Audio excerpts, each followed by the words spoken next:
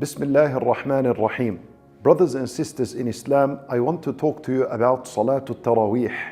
At-Taraweeh prayers is a special prayer that is only to be prayed in the nights of Ramadan, and it is not prayed in any other month of the year. And this is a sunnah that the Messenger sallallahu alayhi wasallam established during his lifetime. He sallallahu alayhi wasallam prayed at-Taraweeh for a few nights in congregation, and then he stopped and he abandoned that in congregation because he feared that it might become obligatory upon Ummat al-Nabi sallallahu alayhi wasallam, and perhaps they will not be able to commit to it. Nonetheless, the companions radiyallahu anhum continued to pray at-Taraweeh individually throughout the lifetime of the Messenger sallallahu alayhi wasallam, and after his death during the Khilafah of Abu Bakr radiyallahu anhu, and then during the Khilafah of Umar radiyallahu anhu. In the first part, they still prayed it individually until the second half of the Khilafah of Umar radiyallahu anhu. He gathered the people because he saw them, everyone's praying by himself in the Masjid, and it didn't seem to be like a good sight. Everyone was raising his voice and it became loud in the Masjid.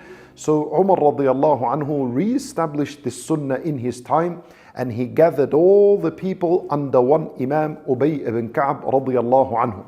And the believers have been praying Salat at-Taraweeh during Ramadan ever since that time up until this day, walillahi alhamd. Salat at-Taraweeh is considered a part of Qiyamul Layl, so it is from the night prayers, and it is highly recommended, especially in Ramadan. When Nabi sallallahu alayhi wasallam mentioned something great and grand about its virtue, he said, "Man qama Ramadana imanan wa ihtisaban, غُفِرَ لَهُ مَا تَقَدَّمَ مِنْ ذَنْبِهِ." And Nabi sallallahu alayhi wasallam says, anyone who prays the nights of Ramadan, meaning at-Taraweeh, anyone who prays the nights of Ramadan out of faith, believing in this salat and seeking the reward from Allah Azza wa Jal, all his past sins will be forgiven. Allahu Akbar. This is a huge, grand gift that Allah Azza wa Jal gives the believers.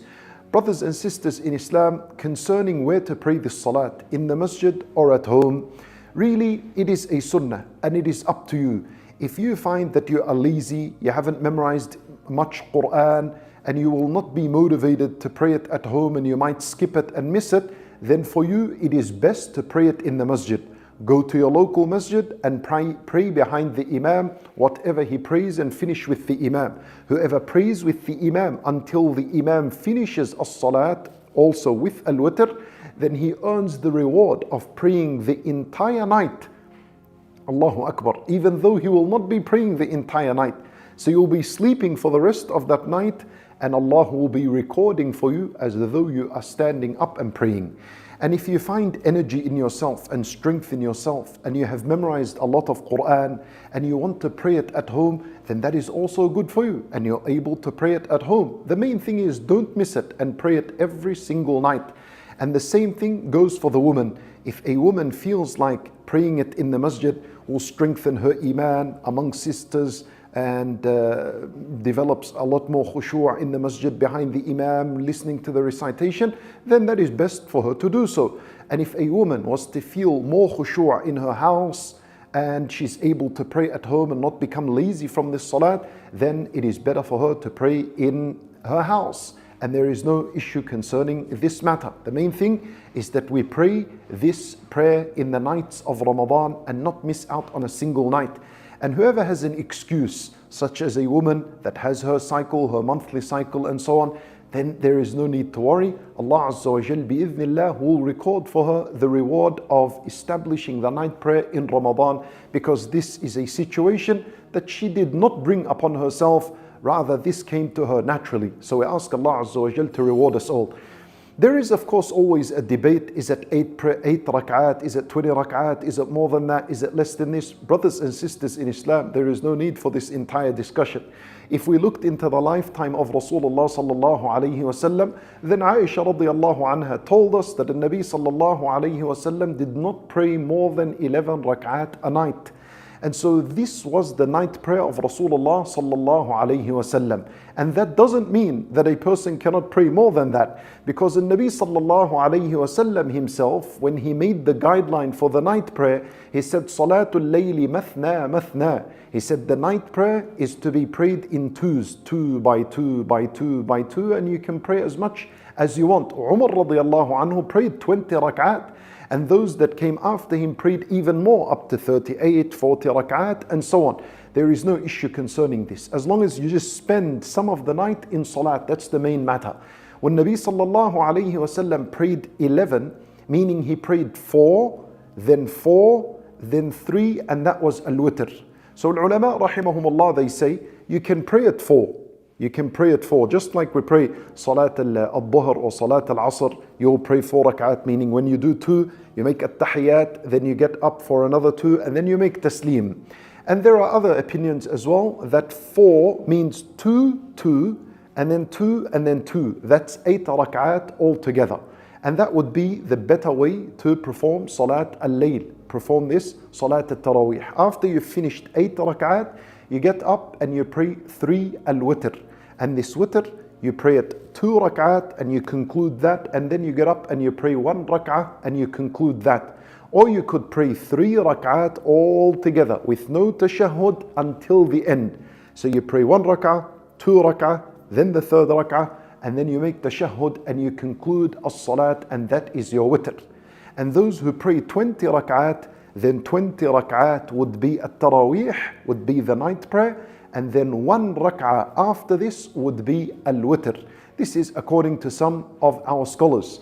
Brothers and sisters in Islam, Salat al-Layl, or this prayer, Salat al-Witr, one of the main matters and one of the purposes of this prayer is the recitation of the Quran.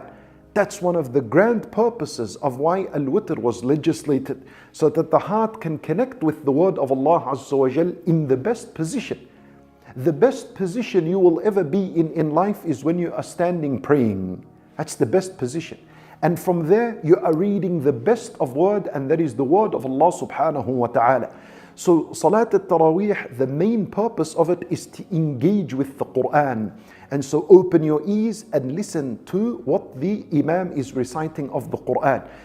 And also, of course, I know in these contemporary times, this day and age that we live, many of our youth are far away from the Quran and the meanings of the Quran. So the question is it allowed to carry a translation of the Quran while the Imam is reciting and following in that?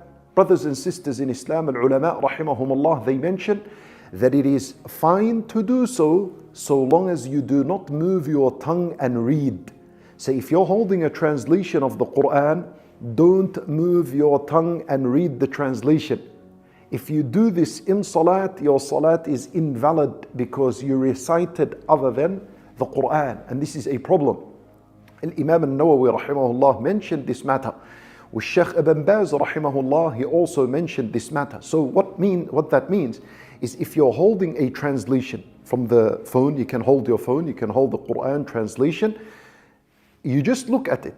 You look and you ponder. Don't move your tongue and read what you are seeing. If that's the case, then it is fine to carry that translation of the Quran and follow through with the Imam, so that your heart can connect with the meanings of this word of Allah subhanahu wa ta'ala.